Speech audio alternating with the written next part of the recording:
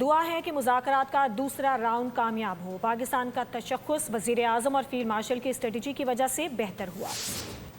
وزیر دفاع خواجہ آصف نے کہا ہے کہ آج پاکستان دنیا کا محور بنا ہوا ہے۔ خواہش ہے کہ ایران، لبنان اور فلسطین کے حقوق پامال نہ ہوں۔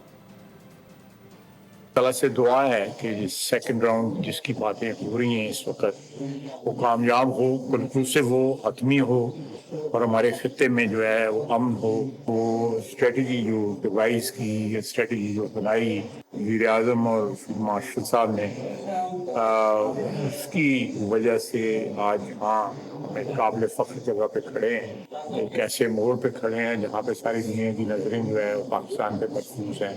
تو یہ ان کو جاتا ہے کہ انہوں نے کس طرح ایک عالمی پلیٹ فارم پہ اپنا ایک مقام جو ہے وہ کارو کیا ہے، اور ایران، لبنان اور فلسطین کے جو لوگ ہیں وہ امن سے جو ہے وہ رہ سکیں، اور جو ان کے حقوق جو ہیں جو ماضی میں پامال ہوتے رہے ہیں ان کے حقوق جو ہیں وہ پامال نہ ہوں۔